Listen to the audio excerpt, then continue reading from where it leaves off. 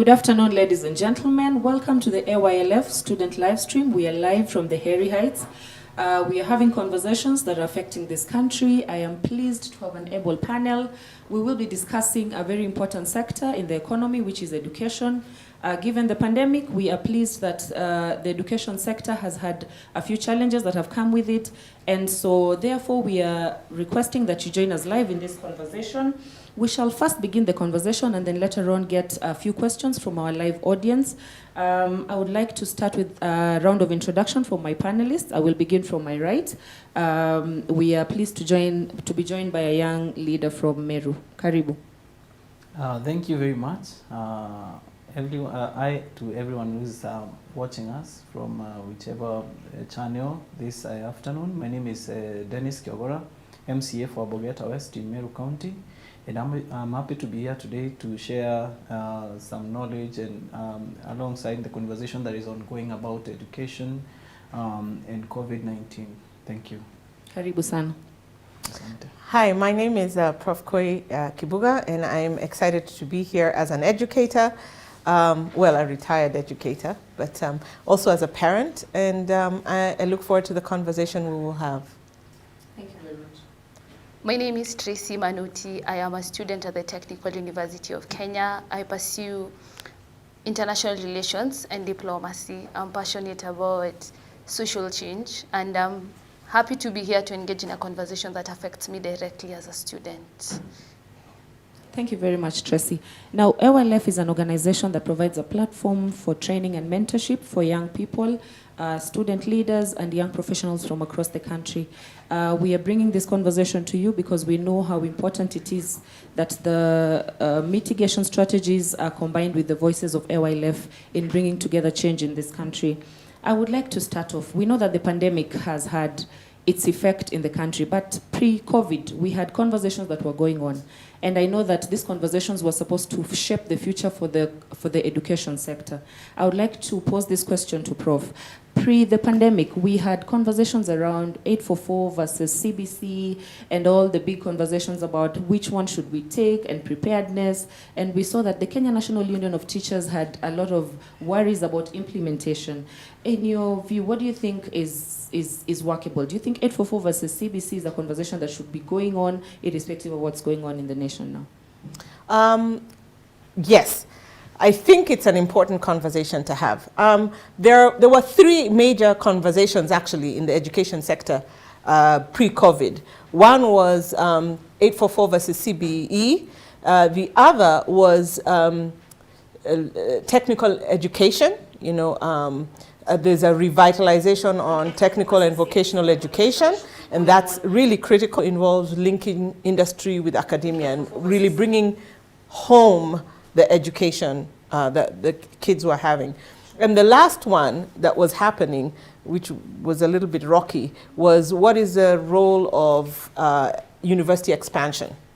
And there was conversation about should every county have a university and should we consolidate university campuses and so on. So those were the three major conversations that were going on. And I think COVID will have an impact on all of those conversations. But to the particular question that you've asked me, what is the impact of COVID on the 844 versus CBE conversation? I think for me as an educator, I was already for the CBE. Now, let me be clear, 844 on its own, in its books, is an incredible educational system if we had implemented it. I was in the first cohort of 844. I don't think I turned out too badly. But I think actually 844 was embedding CBE into that current system. But what we've seen is that we moved away from the ability to assess competencies within the 844 system. And that has pushed us to pull it out into the competency-based education system on its own. And so I think the competency-based education system is important. And for me, COVID actually makes the case for that. Because if your kids have been going through home ec, and now they're home and they can't cook tea, they can't make a bed, you wonder what you were paying school fees for. So what is the competencies that you are seeing at home from the education that they were having in class. What competency-based education system is doing is removing the pressure of testing, what we call high stakes testing, and bringing in the importance of competency. And you've seen this. Employers complain about this all the time. And they come to us whenever they meet us as educators, they say, you're giving us half-baked graduates, or graduates who have an upper first class or an upper second, but yet cannot produce work in the workplace. Sure. So they are certified but incompetent. So what competency-based education is doing is trying to make sure that when we give an assessment of a student's learning, that there is a competence. Now, let me just say, my definition of learning, and it's not just mine, it's a definition of learning that is actually widely embraced, is that learning is the change of behavior because of acquisition of knowledge and skill. So if our children's behavior, our graduates' behavior is not changing, have they learned anything? No. Okay? So if you can be in an 844 class or a university class and have done Kiswahili for 12 years, yet you cannot go on TV and speak in Kiswahili Kisanifu, did you learn anything? True that. Okay, so thank you very much for that. And Tracy, just to pick up from that, do you think that universities are imparting the right skills into the students with regards to the education system and how you're learning now? So, in my opinion, I think we need to delink education and job markets. The fact that when we link it, we give the suggestion that I'm in class so that I can get a job, get employment. But to me, learning is more than that. Learning is creating a better lifestyle for people, making human beings to have wholesome behaviors, be disciplined, whether they're in class, whether they're in the job market, a wholesome human being. So to me, we need to delink the fact that we have jobs and we have education. For me, education should be for people who actually want to learn. Because right now in university, most people are there because I want the papers and get a job. That's why we have so many incompetent people. People rush to actually steal exams so that I get that first class and be whatever I want to be. When we delink it, we'll get the value from it. People should learn because they actually want to learn. People should be in university because they want to be there, not because it's a process I'm going through to get employment. Thank you very much, Tracy. I cannot agree with you more. I want to put Honorable Kiogora on the spotlight a bit. We know that education is a national government function, but we also know that devolution has brought about aspects of education that you fall directly on your role. And so how is the national government working with the devolved function in ensuring that education is impactful and that we are able to get the results that we intend? Thank you very much. There are some aspects of education that were devolved by the 2010 Constitution, like technical education and ECD learning. And the introduction of the competence-based curriculum must be supported by counties because it begins with the rural children who are going for the ECD classes. So, for example, in Meru County, after the 2017 election, the governor started a feeding program that brought in 5,000 more children than they were the previous year to ECD classes because they could get some nutrition from that. So the county government is actually actively involved in ensuring that we transition into the CBC because the foundation of an educated person or a learning person begins right when they were children or when one is a child. So I believe we are seated here because the teachers who were there at that time and our parents also got it right, and that we were lucky to be there because there are students who are from very marginalized backgrounds who might not even go back to school after this COVID pandemic is sorted because they went back to, there are some areas where children lack even food, basic food, and they go to school because of the school feeding program and they are able to get food and all that. So the counties also have gotten involved in that. There are also the village polytechnics that we have started in those areas because you realized when Matiang'i came in and drained on examination cheating, so many students were not getting the C+ and above to go into the universities. And it doesn't mean someone who gets a D plus or a D plane is an incompetent person who should be nothing in the society. So we are also trying to get them in the village polytechnic so that they can acquire technical skills like tailoring. They can be taught how to know to be good chefs, and they can be employed in their hotels. And also the county government of Meru, for example, has started a replica of the national service, whereby we take the young people who completed school many years ago and were not able to transition to any college or technical training college, and then we train them on laying of cabros. We also training them on various other things like masonry, and then they're able to go and fend for themselves. So the counties are actively involved in that, because it's not about getting employed. We also need people who are going to create jobs. Like Tracy has said, it's about shifting the mindset that young people are looking for jobs. Like, as a politician, I face a lot of pressure from young people who are saying, I help you to win the election, help me get a job. Or people coming to your office with their papers, help us get jobs. And there are no jobs. And so we have to face the reality that there are no jobs, and thinking outside the box and training people better to create jobs. Like, this crisis has created a huge demand in technology. And every crisis comes with opportunities that even young people can leverage on to create solutions to problems that have been brought by the pandemic, and they can make money from that. Okay. I want to take it up from there, because the thematic area of this conversation is what are the effects of COVID-19 on the education sector. And the education sector, as it is, has had to shift from the normal teacher, student, full class, to how can we leverage on technology. Now, I just want us to go and delve directly into the theme. What is the impact, both positive and negative, like you have mentioned, of COVID-19 to the education sector, Tracy? So number one is we are having school was something that the community actually leaned on for some services. Like the way my fellow panelists have said, in Meru, most students went to school because there was milk in school, right? So the children who actually depended on school to get food, But right now, most parents actually lost their jobs. Are these kids still eating? Are they still eating? Another thing is girls from age 9 to 18 get their sanitary pads from school. Who is giving them the pads right now? I had to start a project in my area because girls in my area could not actually access sanitary pads, because they depended on the school program to actually get them. Another thing is this whole pandemic has brought into light the inequalities that are actually in our school system.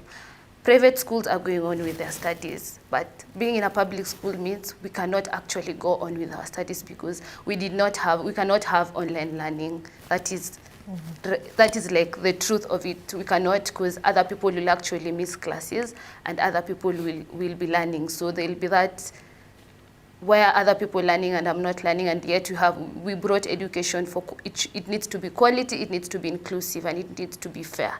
So the pandemic has brought out the inequalities that were actually in the school system that need to be worked on.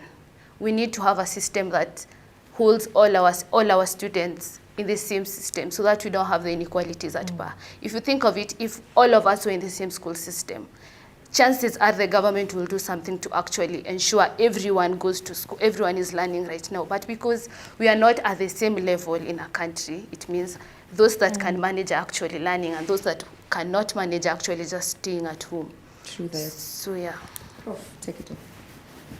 Well, I think there's three basic areas of impact that COVID has had. One is on the family. The second is on the society, as Tracy has mentioned. And the third is on the education system itself.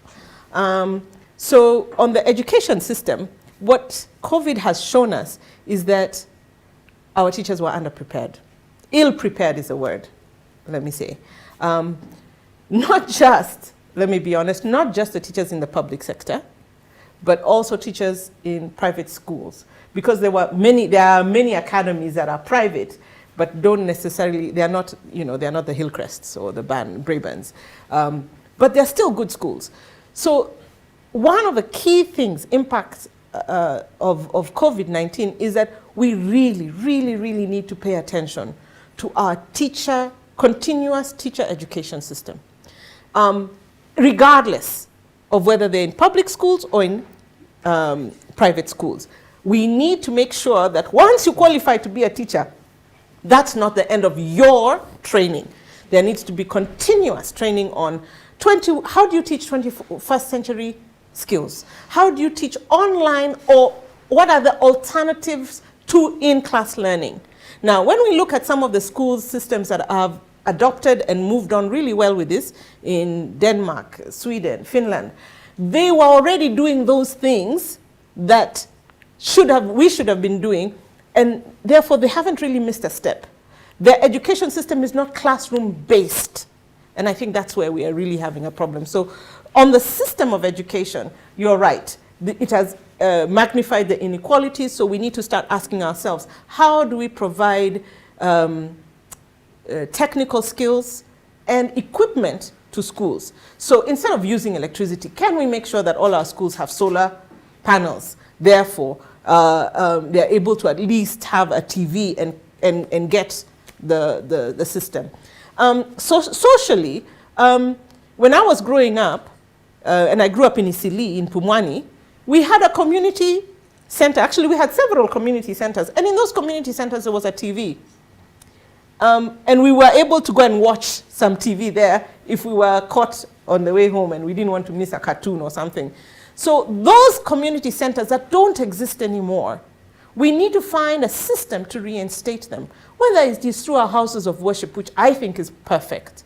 You let every church, every mosque, every place have a center where that can be a dissemination point for education and for social programs, right? So that we're not just depending on the school system to do social good, social justice, right? So programs like what Tracy is starting, that we were leaning on the school system to provide, can be disseminated across a social system. On the family, I think, my personal view is that COVID has been brilliant. To me, God has just put the world on pause and told us, go back to the basics. I'm a Christian and I'm not ashamed of that.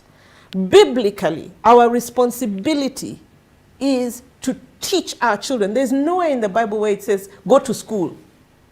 No. The Bible is very clear. It says, teach your children to know God in Deuteronomy. Now, how do we know God? We know God through chemistry. We know God through biology, through geography, through languages. How do we express who God is and how to think about God? We know God through history, right? So to me, education is embedded in my primary responsibility as a parent. So when I see parents arguing, complaining about, oh my God, I can't wait for kids to go back to school. No, actually, this is the opportunity for you to embrace your God-given right and responsibility. We have, because we are leaning on schooling, we have absconded our responsibility. It is a primary role of the parent to be the teacher and then to partner with other things. So we can go on another day into the discussion of whether school is based on a godly principle or not, but because we are here, I believe in those three sectors, in those three ways, COVID has really had an impact on education. Thank you so much, Professor Koi. And I agree with you that the biblical role of education is important in dissecting it down into how best we need to take it up. Yeah. And so, Honorable Kyogora, what is the impact of COVID-19 in the education sector in your perspective? COVID-19 has really exposed the rot that we have there, particularly in our country and particularly in Africa as opposed to the West. And you realize that most of the countries outside Africa have invested in technology, they have invested in teaching their children how the world is moving. They are moving with the world. Like, I don't expect the teacher who taught me physics in Form 2 to be teaching the same way he used to teach me that time. Like the good prof said, we need a continuous teacher training. So COVID has exposed the problems that we have in the education sector in this country, particularly to do with technology. I went into one of the schools and realized that the computer was broken down and students go there to play. They don't do anything like studying computers and stuff. Just like we have made chemistry compulsory, it's an awakening that we should make learning of computers and softwares and all these things, we must make them compulsory in high school. That anyone doing KCSE must do computer, like the one is moving towards technology. It has exposed us. COVID has also brought another problem, particularly for the marginalized children. You find that there are some communities in this country, for example, that practice FGM. And girls have been in care centers in some of these communities, and they are taken there. And right now that those centers were closed, we don't know what is happening to them. We don't know where they are, and you cannot move to those areas to do any campaigns because there are supposed to be no meetings. So it becomes a big problem now that to do even the outreach, to talk to people. The other day we received statistics regarding teenage pregnancies that have been occasioned by children staying at home due to the COVID problem. Then you realize that you cannot also organize seminars. It goes down to the parent now to be the person to teach their children the sex education that most parents want to avoid. The company, because it matters a lot who your children works with around the village and all these other places. We also have problems now with nutrition, particularly for children who rely on schools to eat. And I think when schools reopen, it will be very important to follow up and see how many students are reporting back to school, because some students might not even report back, particularly in nomadic communities where people moved, something like that, or in other areas where children now have gone back to do business. Like in Meru County, where I come from, children right now are in Miraa farms, harvesting Miraa. And if they are making money, they are convincing them to go back to school from Miraa farms. Becomes difficult.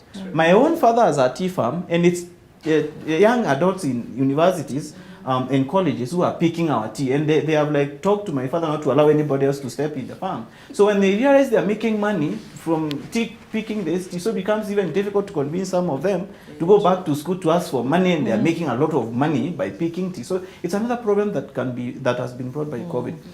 But COVID has also brought an opportunity for us to rethink our system of education, to think about the internet connectivity in this country.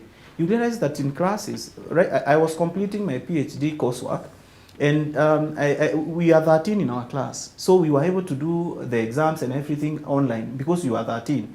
Maureen, you and I were in main campus for undergraduate, and one class has 700 students. It becomes very difficult to do an online class for 700 students. So it has opened an opportunity for us to see and to think around. Classes that are small can be done online, even as we think about reopening and all that. But COVID has brought an opportunity, an eye-opener for us to think outside the box and know how we can continue learning, how we can be able to treat our patient. Even telemedicine itself is one way we can go around, because I've listened to doctors saying that the number of patients who have been coming to hospital has drastically gone down. People are afraid of going and contracting the virus in these hospitals, so people are not going.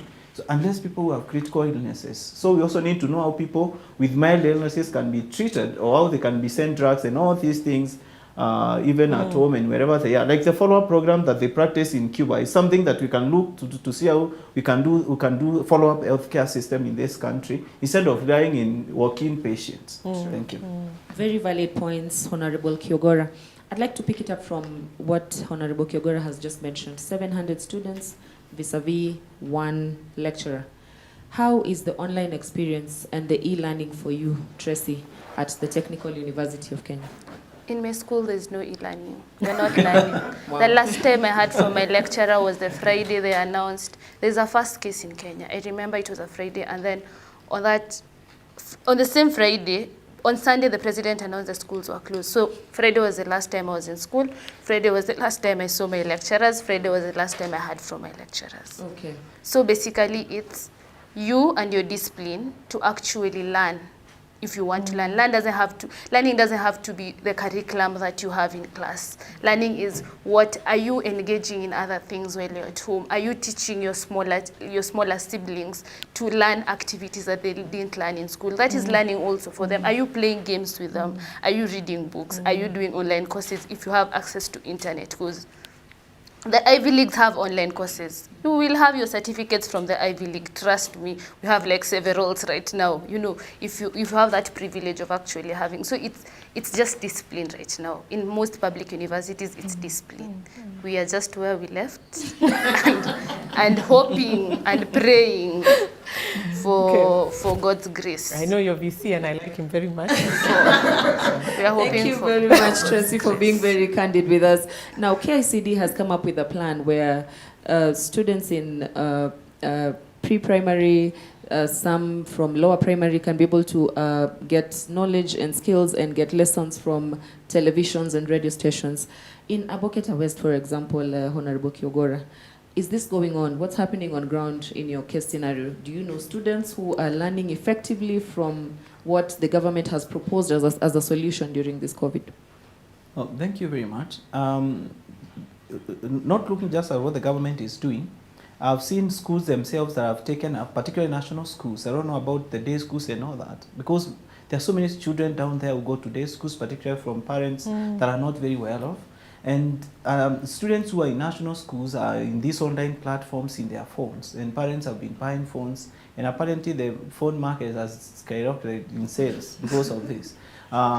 So as some businesses collapse, some are doing very well. The schools themselves have these initiatives of teaching students via WhatsApp, by sending them notes and all this and assignments to do, but you can't examine them or anything like that. But also there is the problem now of dissemination of information, because I can say in my area there is, say, 85% electricity penetration. So, but in as much as people have electricity, they use it for lighting. They don't use it for TV because some take it as a luxury. So, do we have many families that have television sets where children can watch these programs? Or the radios themselves. So the parents now think the radios are for listening to news and all these other things, and children are there now to work. So you realize that in many families right now, children are working, they are not studying. Children have taken them to their shambas to till their shambas, they have also taken them to their tea farms, they have taken them to do their household and menial jobs. So sometimes when the lesson is ongoing in a radio, the child is doing something else. And some in high school are doing movies. You'll be surprised. I'm seeing conversations flowing left and right and center for children asking for music. Do you have the latest movie? I need a movie. So what they're watching are movies, not even the materials that are coming. So apart from a few schools that can do follow-ups, so the best way for dissemination is not directly to the child, but to the school, then to the child, so that the schools can be able to follow up and see that the children are getting this information either through their phones or whichever channels that they can use to reach these children. Okay. COVID has also affected business. Education is a business, because there are so many private schools. There are people who have invested there, and they have workers who have to be paid. They have salaries to pay. They also need to pay bank loans, because this is their job. They get money from school fees. So there is no more money. So these families are also going down. So now putting a lot of pressure on some of these schools, like the private schools, to provide these services when there is no money that is coming in to offer those services. Like the online services are mostly free. It's very difficult even to charge them. So you realize you have to offer the service. You have to have teachers there who are going to do the job, and there is no income. There is no school fees. So business is going down. And I think the best thing is for the government to disseminate information through the schools, okay, where possible, and to the children. Okay. But in other areas where there is no electricity, and it's like that in this country, electricity penetration is very low, internet penetration is very low. Mm-hmm. Even in our PhD class, someone is complaining that I'm in Garissa, I don't have internet. You have to wait for me to go to Isiolo so that I can sit for the exam. Mm-hmm. So you have to put the exam on the day that person will move from Garissa to Isiolo, where they can get good Safaricom network or any other communication network, so that they can be able to sit in an online classroom, in a class of 13. So it multiplies when a larger population is involved. Okay, that's true. Yeah. Thank you so much. I'd like to bring in Professor Hoy. We know that the Ministry of Education has already set out timelines on opening of schools and when we are getting back to school. They have shared with us the dates. I'm not sure of the return to work formula or the return to school formula, or how we are going to deal with this upon the students going back to school. Maybe you could shed some light, being an educator and being an expert in this field. Actually, what the Ministry of Education did is give some potential options. There's no plan yet that has been disseminated, at least not from the CS or from the Ministry of Education. However, what I'd like to suggest, in my view, is there needs to be a way to make sure that the children get back to school, but that they are safe and that our communities are safe. Remember, a lot of us are still living in families where we have multi-generational, we are multi-generational. So if I send my child to school and I have my mother at home who has existing conditions that predispose them to actually have a negative COVID experience, while my child will have a positive COVID experience, they can get immunity, whatever. I also have to be very careful about how I do that. I think it's important for us to find a way to support the schools. A lot of schools are in the hole right now because either they were a business or there are a lot of bits and pieces, moving pieces to this that need to be reactivated. Who are the people who are providing food and other services to support the education, the schooling system? So I think one of the things, the challenges that the Ministry of Education is going to have is to find a way to get public participation to ensure that whatever back to school program is released is actually a workable program. We are aware that this pandemic has had impact on, as he's saying, not just the economy, not just the education system, but even our social system. So we need to find a way. Now, what they were suggesting is that the grades 1 to 4 can go back in September, and the candidates, the 844 candidates of Standard 8 and Form 4 can go back in September to prepare for exams in March, April. I think that is workable because the young population are healthy, but then we have to make sure that their home life is still going to be sustainable. Most of the candidates in Standard 8 and Form 4 are mostly in boarding school, which is a common practice in Kenya, and I think that will help them to get back to school, to get their systems back in order. However, I want to mention this, socially, playing is very important. I know I'm not going to advocate child labor, but I can tell you as a matter of fact, I have a lot of friends who have children who have graduated from high school, going to university and can't even do laundry or make a cup of tea, you know? That is unacceptable. True. Yeah. Education is not just the academic things we do, it is also the things that we are training our children to do. Can you weed a garden? Can you have a kitchen garden? You know? Are you able to mend your own clothes? Are you able to cook? Are you able to supply? The Bible says every joint supplying. In the family, it is not only the mother and the father and the maid who work. True. Everybody needs to do something. Mm-hmm. You know, the other day I had a great opportunity to spend time with some of my grandchildren. And I was teaching them how to make soap. So we made detergent. We made a detergent that you can use to wash clothes with, wash dishes. And we also made a body wash. You know, we made 40 liters of it. And the children are young. Now, was that child labor? No. For me, it was education. Mm-hmm. They learned a skill that they didn't have. So it means we are able to now, for the price of a minuscule price, we are able to supply 4, 5, 6 families with enough soap to last us the whole month. Mm-hmm. You know? So there are some things that I think that we are doing socially that we shouldn't say is not education. Mm-hmm. And I'd like to end my input here by quoting Einstein, who said, "Don't let schooling interrupt your education." And so for me, what we're doing now is understanding what is the purpose of education. Why are our kids in class? Why are our kids in schools? Is school the real solution to education? And I think, yes, in many ways, but let's make sure that our children are learning how to share, how to be kind, how to do the things that are actually sustaining us now. If you go by Windsor, you are seeing cars that are selling vegetable produce. That's called innovation, survival, right? Yes. So problem solving and those kinds of things. Thank you very much. I think for me, this is really asking the question, why? What is education? What is the purpose of education? True. Tracy, I'd like to come to you. What is the purpose of education? What is the role of a young person in this pandemic, given what is going on? What leadership role should young people take in bringing solutions, in helping us solve the problems that are facing us, given that we most of the time say we are the solution givers, we are the providers of knowledge and skill and innovation and invention. Mm-hmm. So first, we are the youth, we are like the majority of this country. if solutions are to be found, they are to be found within us, right? We need to get innovative. We need to teach the young ones.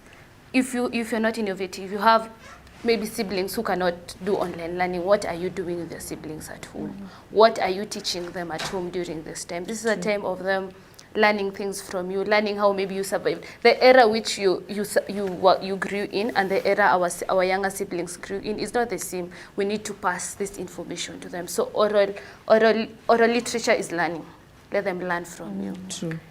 If you have skills, maybe you're a software engineer, why don't you make programs that actually are safe for young kids to learn and offer them? You don't have to, you know the community that you come in, right? You can do a program, make an app and do what? Teach people, teach the young ones, the ones that are at home and are willing to actually learn, the candidates that want to learn from you. If you're in a position to actually innovate something, use whatever, it's time to now use whatever you've been learning in class. This is a good time to practice all those things, you know. Okay. Prof, as a former director at LIWA, which is linking industry with academia, what would you say are the aspects that we should take up in making sure that this linkage works for us to enable the education system work even better? Okay, so LIWA means linking industry with academia. And by that we mean the quadruple helix, right? It's the education system, academia. It's the social system or community. It's the private sector or industry. And then it is government. So leaning on government to make sure that there are policies and systems to disseminate, to make the society work. Leaning on society to make sure that itself can generate a lot of solutions, but using then academia to service. So exactly what Tracy is saying, bring the education down to the ground. Okay? So what LIWA has been advocating is making sure that the curriculum is reviewed and relevant, making sure that we can leverage industry to bring the experiences that education system can't afford. You know? So instead of trying to put an iHub at every school, can our schools have opportunities to visit iHubs? Can our teachers and lecturers have opportunities to have experience, 3 months, 6 months, 1 year experience in industry, right? So what LIWA is actually looking at is the competencies. How can we engage academia, whether it is through the preschool to high school and post-high school tertiary system, vocational system, to make sure our systems actually work, right? Yeah. And then how does government support these efforts, encourage these efforts, make sure that we get tax rebates for companies that engage with vocational technical schools in particular communities for skills that are based in those communities. Okay. Right? Thank you very much. Mheshimiwa Kiogora, we know that as a young leader in your community, you have been able to take initiative to allow for youth who have been able to excel in their studies to have an opportunity to study locally and abroad. So I know that you have a program that you run called the AYLF program. Please tell us about that. You have enabled the education system to expand and to be able to allow for the young people to mentor other young people even as they grow. No, thank you very much. This program, I can say, is courtesy of AYLF that is here because that's where everything began. When the AYLF got me an opportunity to attend the US prayer breakfast in January 2018. So I managed to meet some young Kenyans in America when we had a roundtable at the embassy. And then I was asking them about the American experience and stuff. Some were telling me how they have gone through a hard time there, trying to settle, trying to get work permits and stuff like that. But then there's this young lady who struggled and managed to get a young man who's running a program there to bring in mostly people working in the IT sector from China and India. So then I talked to him and found out apprentice from Meru County like myself. I asked him, why do you specialize in bringing in Indians and Chinese to America? And we have Africans who are bright who can come here also and work in the IT sector. So my main focus on getting young people jobs, but you know, you cannot just take people to work in other countries. You have to take them through the route of studies. So we were able to partner with a few universities. They have to take them to do IT master's degree. So you get young people who are bright, who score at least a B plane. Then we enroll them through our circle. I started a circle because financing we need to finance them. We need to finance the education. I got a circle, then I got some money from the county government. And then you save with us some money, then we give you 3 times. Like you save 100,000, we give you 3 times of that, which is 300,000, and it's enough for the visa, for the GMAT exam, for the air ticket, for everything that you need to relocate. Then once you relocate, I link you up with Bob, who is there. He's my partner in the program. Okay. He helps you to get hostels and all that, and places where you can work and all that. And we make sure you get scholarships and loans. They also have their own help there. We partner with one called Prodigy. And they also help us get loans where students pay those loans after completing their masters. They are trained on Oracle systems and all these IT programs, and then they're able to work. One of the things we have realized with this program is that young people in the United States who are coming from these other countries like India and China are trained in coding, and they do their things very fast. So our students have to play catch up. So when you're given something to do, the good thing is that we are taking our bright guys there to study, so they're able to catch up very fast. That's why I was saying that some things like computer studies need to be made compulsory in this country. Not that you just need to learn computer so that you can do assignments and go and get a job after you finish university. You can start doing your softwares and stuff like this and make money. Some of the people who have made money, like Zuckerberg, never went to university to study to get job. They went there, they started Facebook, and even left the university without completing their degrees. So knowing about softwares and technology is the way for this century. So through this program, I've been able to take like 3 guys now who are there. One of them is in Pittsburgh in Pennsylvania. The other one is in University of South Florida. The other one is in State University of Illinois. And I was supposed to take 4 more in May, then COVID disrupted everything, but their visas are ready. Some of them have gotten even work permits. Universities in the United States apparently are run by international students. Without international students, they can't survive. So they are very desperate for international students. That's one thing I realized.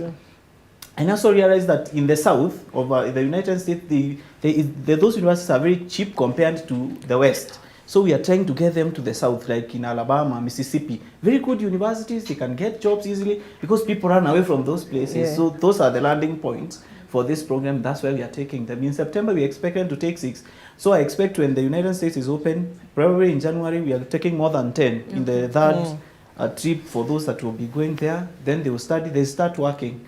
The IT sector pays well, something like 500 to 900,000 shillings a month for someone who is seconded to a bank. Like one of the students, Bob got some students from the Equity Wings to Fly program that takes students to America, and he managed to get some of them to Citibank and to IMF. Right. So we are also trying to get them to organizations there like Oracle, Google, so that they can work. Okay. Are we looking to have these students come back home and impact their Bogota West youth and also work from home? So we want them to go and gain some skills and work a little bit, make some money, pay our loan because we are giving them a loan. Yes, of course. Yeah, we are giving them a loan, so they need to get us the loan and also be able to invest a few monies with us so that you can get some more money to take more there. If you want to come back, you can come back after 5 or 10 years and then you can continue here. You can also begin businesses while you are there, then come and run them. Through this, you can start your own softwares, you can start your own e-companies that can be run from here, that can solve local solutions in Kenya. Like right now, we have a big problem. We reopen schools with water supply. Not many schools in this country have good water supply systems, whereas we have very nice solar pumps that schools can get and get water because we have to tell children to wash their hands with which water. How many schools have water? So when we reopen, so it becomes a big problem, particularly in the rural areas. And these are solutions that need to be sorted using technology, and green technology, something that we have been discussing about climate change and all this before COVID. So COVID has been very generous to the climate, by the way, because we are not polluting a lot. We are indoors. Yes. It has been very the roads generous. are cleaner. Yeah, the roads are very clean. So we also need to know how we can continue that using technology so that the world can survive. So the program is open to all Kenyans. I started it for my ward, but I realized this is a big program. I just opened it up, and majority of the students now are from other areas other than even Meru County itself. I'm also advertising free on local TVs. They told me this is a nice program. They're advertising for me for free actually, so that the students can join on Facebook and stuff like that. Okay. The catch is you need to pass the GMAT exam to exhibit that you're a bright student. Right. So you need to pass the GMAT exam. That's where the catch is. If you pass the GMAT, the visa is no longer a problem for our program. Okay. Thank you. Well, Tracy, for your postgraduate You know who to Amen. talk to. Amen. You better start coding. You better start coding. You better start coding. And there's free programs on online, Khan Academy and so on. Yeah. So yeah, I think coding is very important. Okay. Is Kenya ready for virtual learning despite COVID-19? Post COVID-19, is Kenya ready for virtual learning? Who are you asking? Anyone? Okay. Yes, please. I don't really think we are ready as per now. As whatever we've seen happening, Yes. we are not ready. Okay. I want to challenge that. We need. I haven't finished. Challenge. We need to work on things first. If we use this time well to actually prepare, after COVID, we're okay. But if we don't actually plan on it, we'll be at the same level. Okay. Okay. Yes and no. I don't particularly agree. I think Kenya has one of the highest mobile uptake globally. So what are people doing online on mobile apps? What are they doing on their phones? What are you doing on your phone, Tracy? What are they doing on their phones? So what I want to do... Instagram. Personally, people are learning, but how many? The issue is will it be inclusive? Will it be fair? Will Good. it be quality? Good. That are the questions you should be asking. And I think that's important. So for me, yes, Kenyans are already learning virtually. I mean, we are already learning virtually. Anybody, you ask anybody anything, I just Google. Google. They Google that, they check up recipes, anything is online. I mean, we were having a discussion earlier, and I said, I know it's in, I was talking about a verse. I thought it was in Timothy, and it was found in less than 30 seconds in Titus, right? So Kenyans are learning virtually. Let's not cheat ourselves. We are, but what are we learning, right? Now, remember my comment earlier. Do not let schooling interrupt your education. So we are actually learning things we need to learn online. When I have a gap, a knowledge gap, what do? Google. I Google. Or I find a solution on my mobile app mostly, or on my computer, on my tablet, my whatever, to address my learning gap, my knowledge gap. So Kenyans are already learning online. Now, is there content out there that reflects Kenya? That's a question. Yeah. So what we are learning is we are learning Khan Academy, we are learning things from Japan, Korea, US, wherever. The other day I was learning something, because now I'm a shosho, so I crochet. I was learning how to crochet a blanket, but it was in Russian, okay? So we are learning, but is there any content that reflects us? Is there a mokimo recipe? The other day, one of my friends was asking on Facebook, how do I cook njahe? Okay, so are there njahe recipes out there that are both video, written, whatever? Yes, they are, but accessible to the privileged. No, what I'm trying to say, Tracy, is if you can access your mobile phone to address a learning gap you have, you're already using it for virtual learning. Yeah. Now, so the question was, my first question was, do we have the right content out there, and is it quality content? There's a lot of quality content out there. True.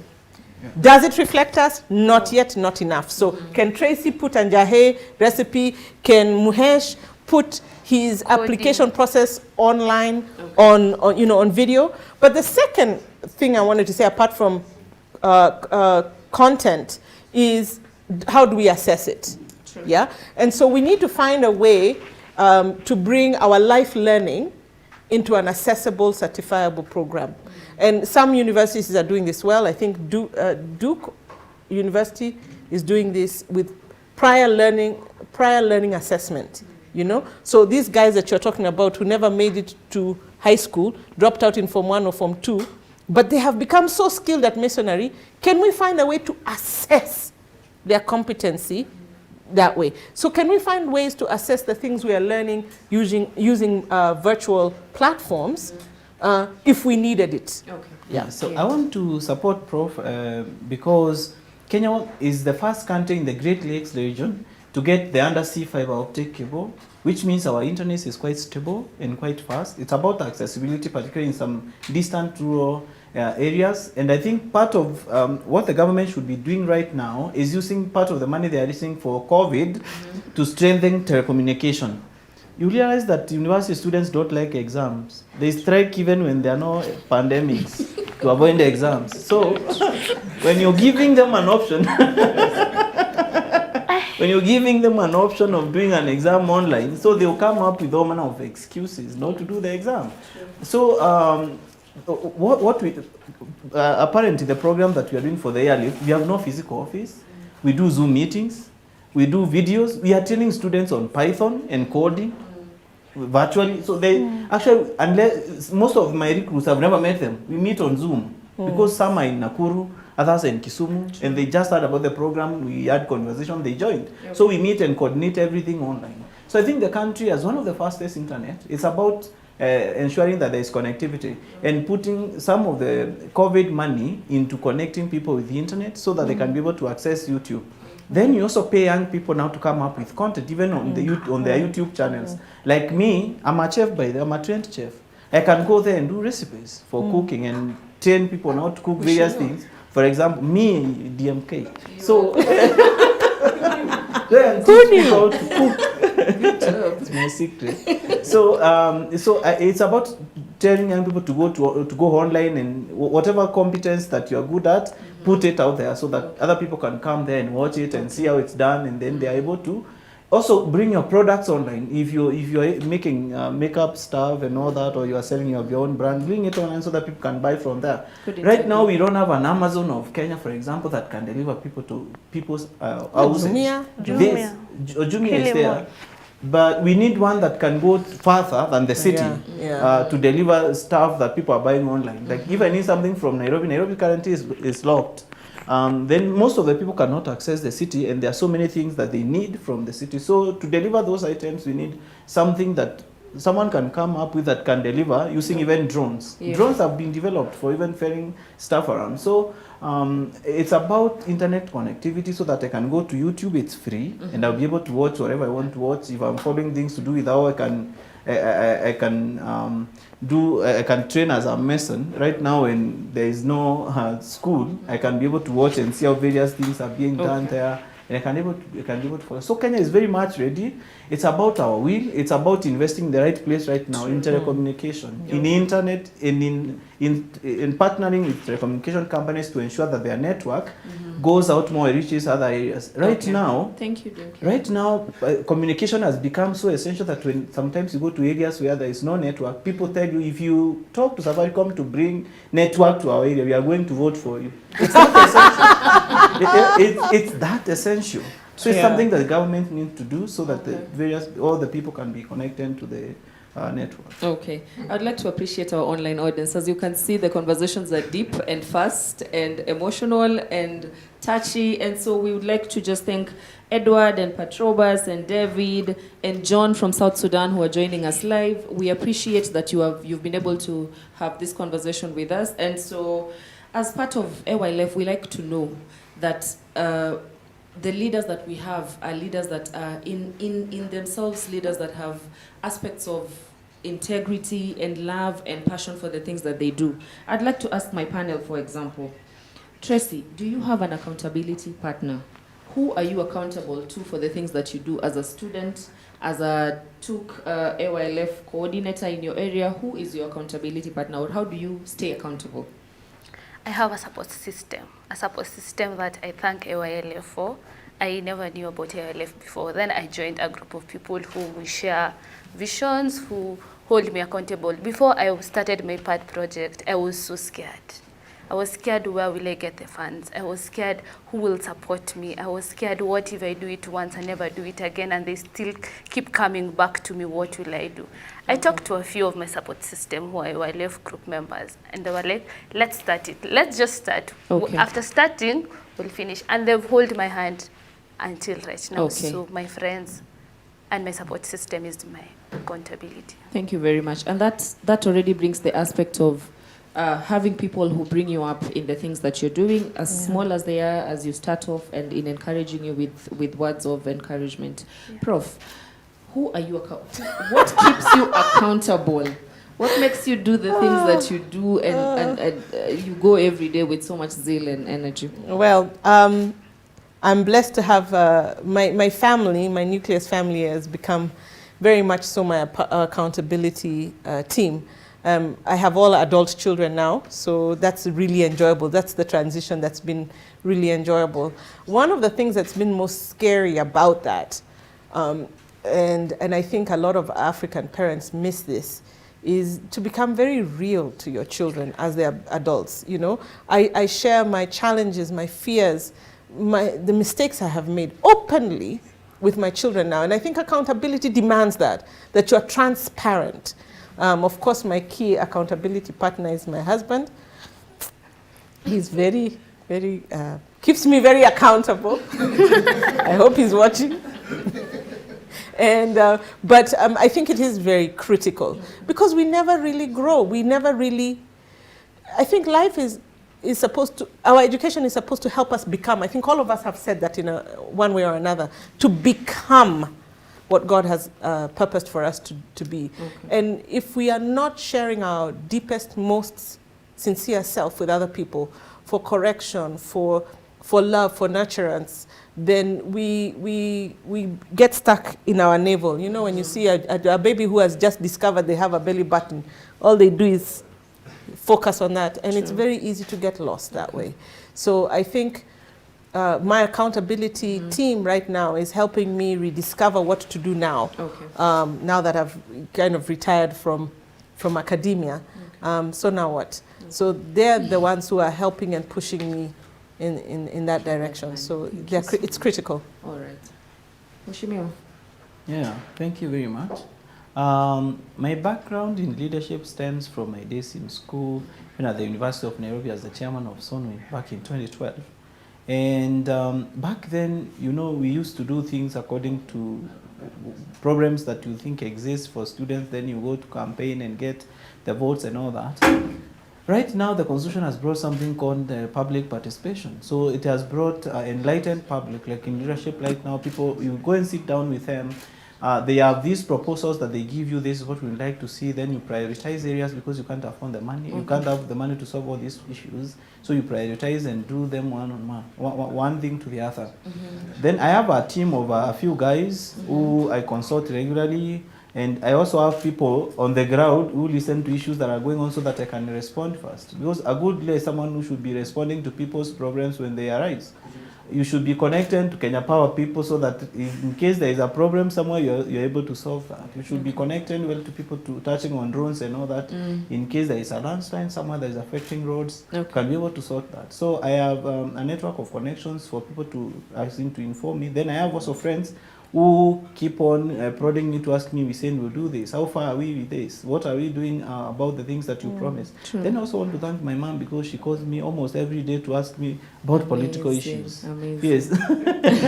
And if she hears someone complaining on radio, she calls me. She tells me, in this area I heard a story. Can you go and check and see what is happening there? Do you have people there? Can you call them? Yeah. Like she also listens a lot, and you know she is close to the people. Some of the things they fear asking me, they don't fear asking her and telling her. So they walk to her. We want this. There is this thing that you have been waiting for, and has not been delivered. And she helps me a lot in staying accountable, even to the people, by herself staying close to them. Okay. Yeah.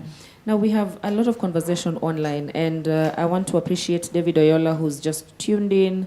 I want to also appreciate Thomas Obunde, who says, say hello to Prof.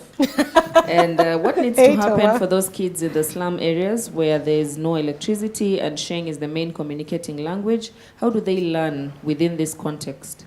Where even the first learning point, which home, is a challenge. I think what he means is even the home setup is a challenge in itself to even just say you're setting up a learning environment.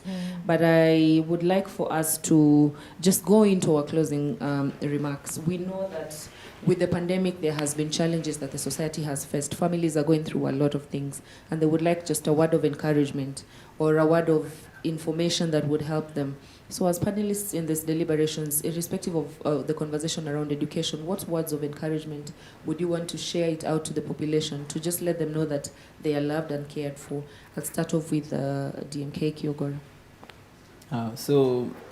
First of all, from my experience as a student leader, there is one thing I would like to talk maybe to student leaders specifically, that One of the best ways to approach issues to do with student leadership right now, that the Constitution brought in the issue of public participation, is having open discussions with them or the representative and knowing what they want. Because some of the things that people expect that you do as a student leader are not possible. You are elected for a term of 1 year, 10 months. By the time you get into office and settle down, it's 10 months. So expecting that you'll be able to paint halls of residence, you'll be able to do pavements, that's not your job, that's the Vice Chancellor's job.